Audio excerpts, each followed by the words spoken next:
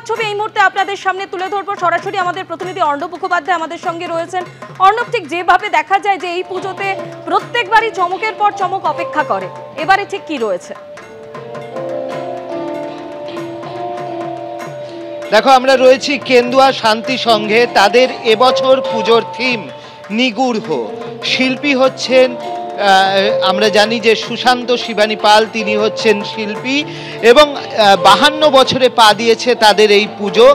এখানে তারা যেটা মূলত তুলে ধরতে চেয়েছেন, এই নিগূঢ় এই ভাবনার মাধ্যমে তারা যেটা তুলে ধরতে চেয়েছেন যে এক আধ্যাত্মিক পথের যাত্রা, এক আধ্যাত্ম পথের যাত্রা, সেই যাত্রাকে তারা তুলে ধরতে চেয়েছেন।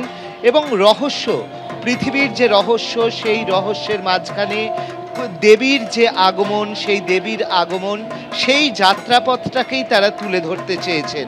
এবং সেই কারণেই তুমি দেখতে পাচ্ছ যে এখানে যেরকমভাবে প্রতিমা ইতিমধ্যেই সেই থিমের সঙ্গে সাজুজ্য রেখে তৈরি হয়েছে, তার পাশাপাশি একটা অদ্ভুত আবহ রয়েছে। এখানে যে আবহ তৈরি করা হয়েছে তার মধ্যে একটা অনন্তের চেতনা আছে, তার মধ্যে কোনো একটা আধ্যাত্ম জগতের টান আছে, কোনো একটা সৃষ্টির আদিম রহস্য লুকিয়ে রয়েছে।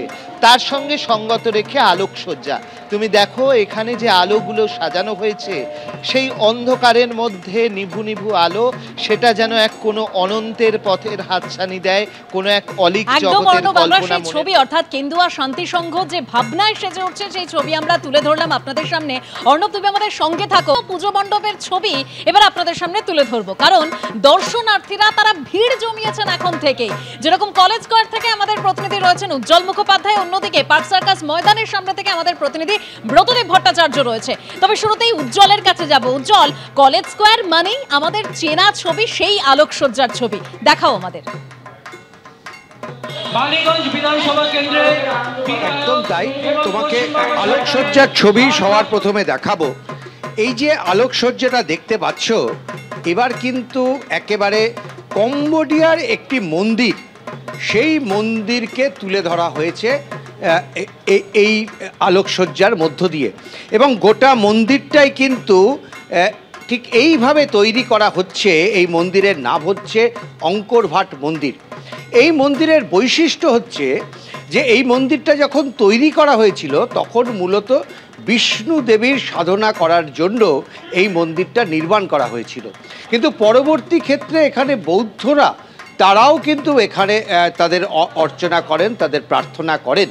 এবং এই মন্দিরের অন্যতম বৈশিষ্ট্য হচ্ছে যে এখানে যে 3টে টাওয়ার আছে, সেই টাওয়ারটা অজয় যেটা দেখাচ্ছে, দেখো এই 3টে টাওয়ারে কিন্তু মহাভারতের একাধিক ইতিহাস এই টাওয়ারের মধ্যে লেখা, খোদাই করা আছে।